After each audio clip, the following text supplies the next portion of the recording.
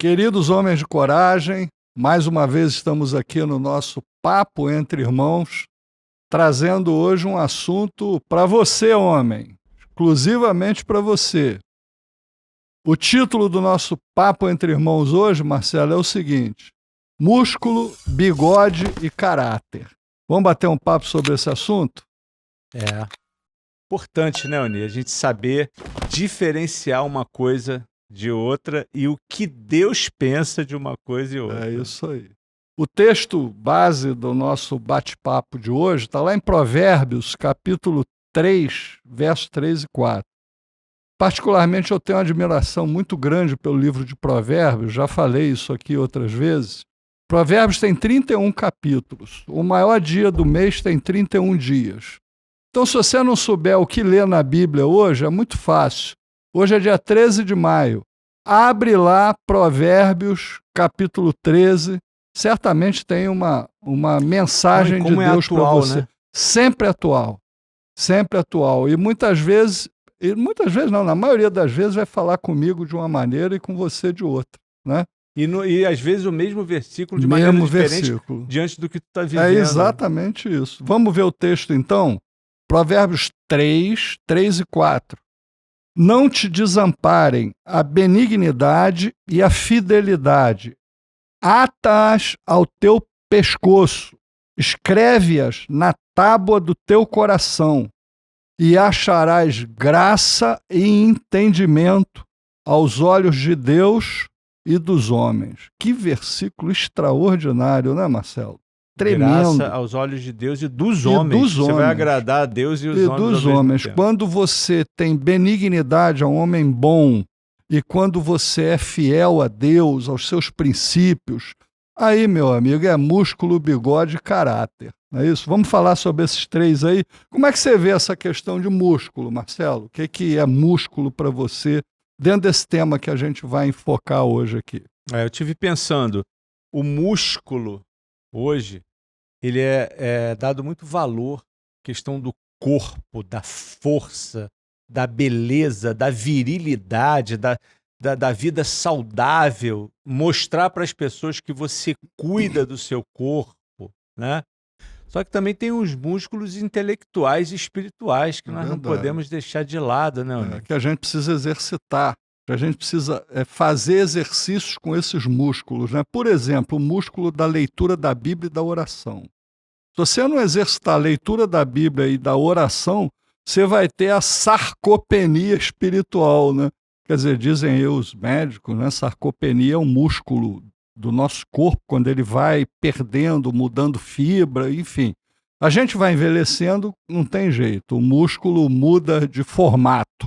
Mas quando a gente exercita, quando a gente treina, faz atividade física, a gente tenta manter esse músculo. E a atividade física espiritual seria a leitura da Bíblia e oração. E interessante, à medida que você envelhece, os seus músculos demoram mais a se tonificar, não é verdade? Verdade. Da mesma maneira, à medida que nós envelhecemos, ter comunhão com Deus vai ficando mais difícil, né, Oni? Porque você tem muitas demandas, você não tem mais só a sua vida, você tem sua esposa, você tem seus filhos, você tem seus netos, você tem a cabeça cada vez mais cheia, principalmente ultimamente. Então, muita coisa roubando o tempo de comunhão com Deus. Exercício espiritual. Então vamos pensar em músculo nesse aspecto aí, melhorar a nossa musculatura espiritual. E a questão do bigode. Bigode eu botei o seguinte aqui, é cumprir o que prometeu. Como está fazendo falta na sociedade moderna homens que cumpram o que prometeram. Né? Via de regra, você quer ver, aqui no Rio de Janeiro, por exemplo, onde a gente está, é um problema sério você fazer um serviço em alguns setores, né? Principalmente setor de casa, marcenaria, carpintaria e pintura, você contrata o cara recebe o sinal e some. Enfim, eu já morei no Sul e sei que a cultura lá é diferente, as pessoas pelo menos na época que eu morei lá, tinham o compromisso de cumprir datas, cumprir prazos, mas aqui não. Aqui a pessoa marca uma hora, não vai, não chega, né? Não tem a preocupação de cumprir o que prometeu. Recentemente eu vivi uma experiência interessante. Eu estava num lugar e fui dar uma marcha ré no meu carro e não vi o carro de trás, bati no carro do cara, amassei o carro do cara. Estava só eu naquela rua, não vi, ninguém viu, né? Eu fui, peguei um papel, escrevi assim: eu bati no seu carro, meu nome é Onir, meu telefone é tal. Prendi esse papel no limpador de para-brisa do carro do cara e fui embora. E nada do cara me ligar, passou um tempo, 2 meses depois, toca meu telefone: aqui é o rapaz que você bateu no carro. Mas, cara, eu nem liguei para você porque eu achei que era mentira, que você botou um telefone errado ali, porque eu nunca vi isso, né? Aí eu falei: não, sou eu mesmo, eu bati no seu carro e quero pagar lá o prejuízo. Você pode... Não, você quer que eu leve alguma oficina sua? Eu falei: não, leva aí, cara. Você já vai ter o problema de ter que ficar sem carro, né, durante o concerto. Aí o cara me achou uma pessoa sensacional, falou: pô, você é fora de série, isso aqui. Não sou não. Eu fiz o que eu tinha que fazer. Só que o normal hoje vira extraordinário. É verdade. Não é verdade? Quando eu bati no carro do cara, é minha obrigação minha assumir. Né? E se passasse alguém ali, pegasse o papel e ia te ligar? É verdade. Eu ainda estava sujeito, eu nem pensei nisso. Mas é verdade. Pela pessoa errada. Quem sabe não fui. Né? O cara recebe o Pix e fica rindo à toa. Eu não vi o carro, né? Mas enfim. Pelas características do que ele falou ali, realmente era um carro branco, assim, assado, enfim. Mas o bigode é isso. Eu acho que a gente tem que cumprir aquilo que a gente prometeu. Você quer ver, a pessoa marca um compromisso com você, 8 horas. Ela não chega a 8 e também não dá satisfações. Você não tá...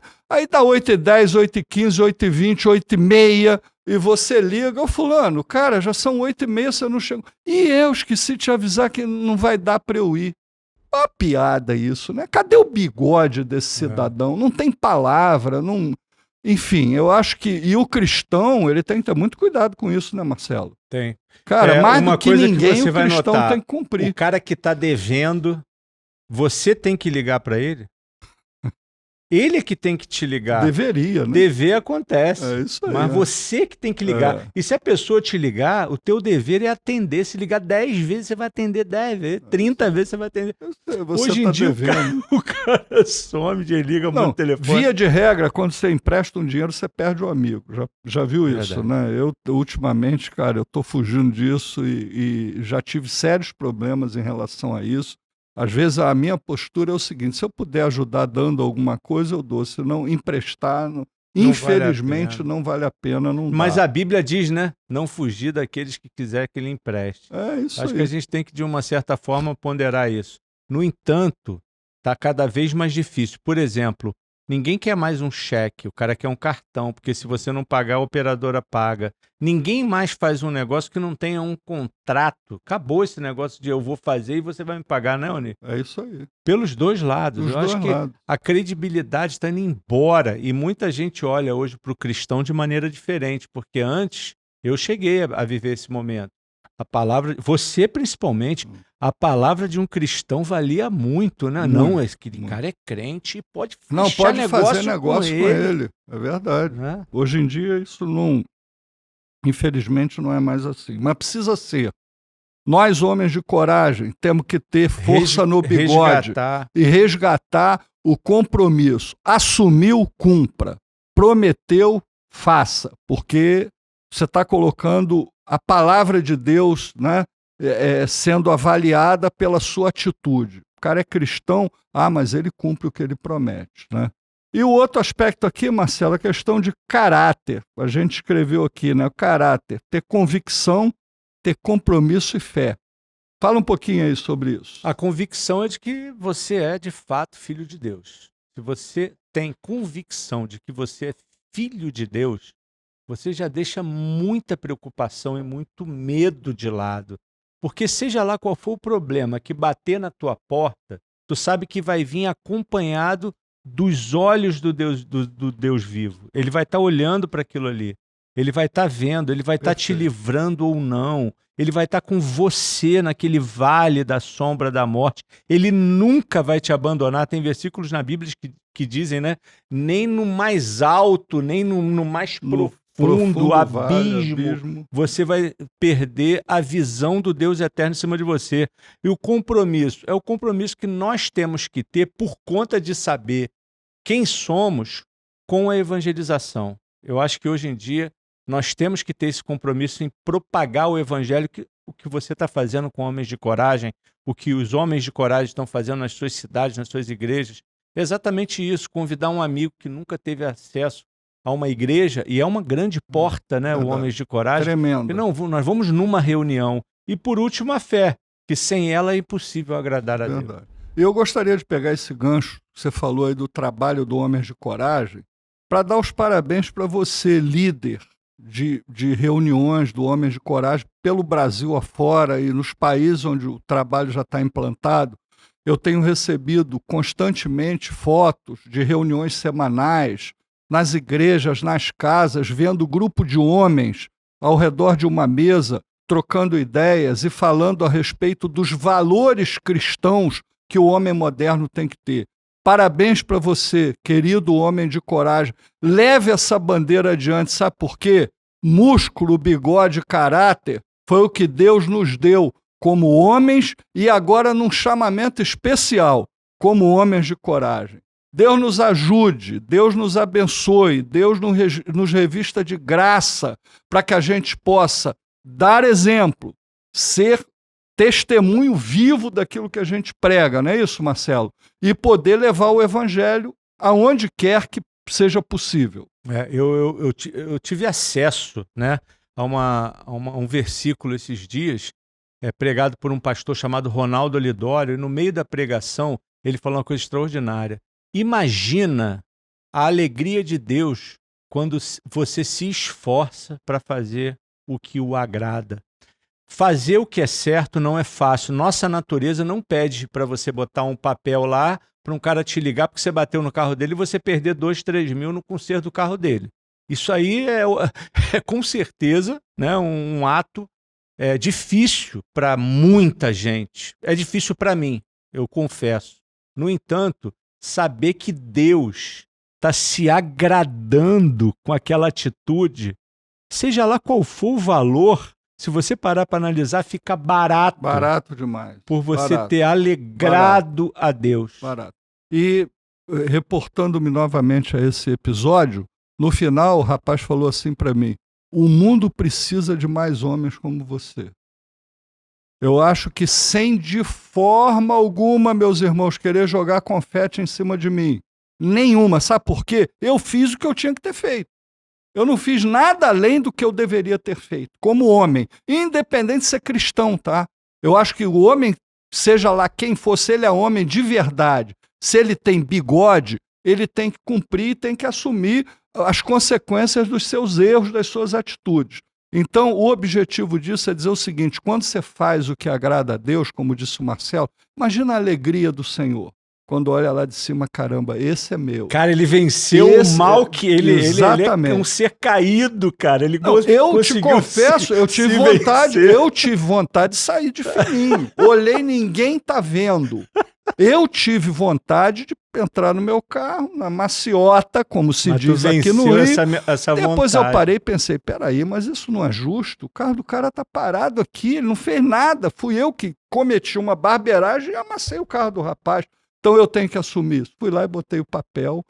E depois o cara, como eu falei aqui anteriormente, demorou, enfim, mas deu tudo certo. Graças a Deus por isso. E eu louvo a Deus porque foi o dinheiro mais bem empregue naquele episódio ali, porque depois nós nos falamos várias vezes, através do WhatsApp, enfim, acabou criando um certo relacionamento diante de uma situação dessa.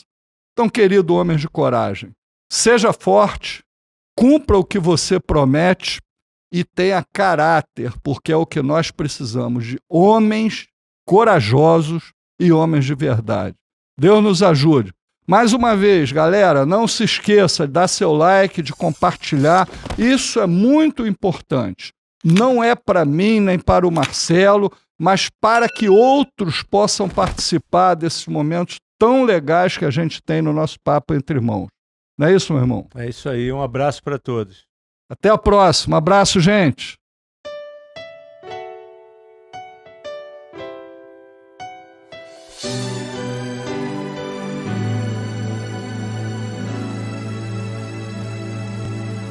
Nós queremos ouvir tua voz, teu louvor sempre esteja entre nós. Queremos ser, Senhor, mais sábios na verdade.